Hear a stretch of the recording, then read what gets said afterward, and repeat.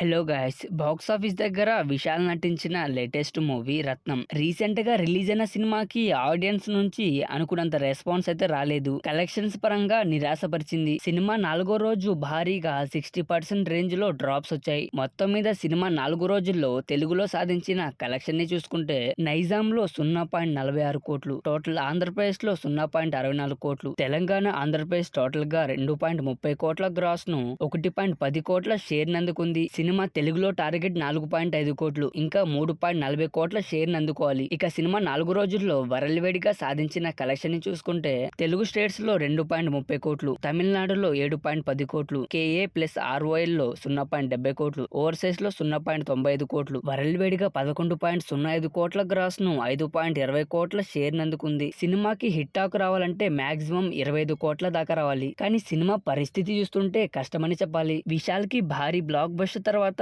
ఇలాంటి సినిమా పడి ఆడియన్స్ ని డిసప్పాయింట్ చేసింది. సో గైస్, రత్నం సినిమా చూస్తుంటే మీకు ఎలా అనిపించిందో కింద ఖచ్చితంగా కామెంట్ చేయండి. అలాగే ఇలాంటి మరెన్నో మూవీ కలెక్షన్ అప్డేట్స్ కోసం ఈ వీడియోని లైక్ చేసి మన ఛానల్ ని కొంచెం కష్టమైన సబ్స్క్రైబ్ చేసుకోండి.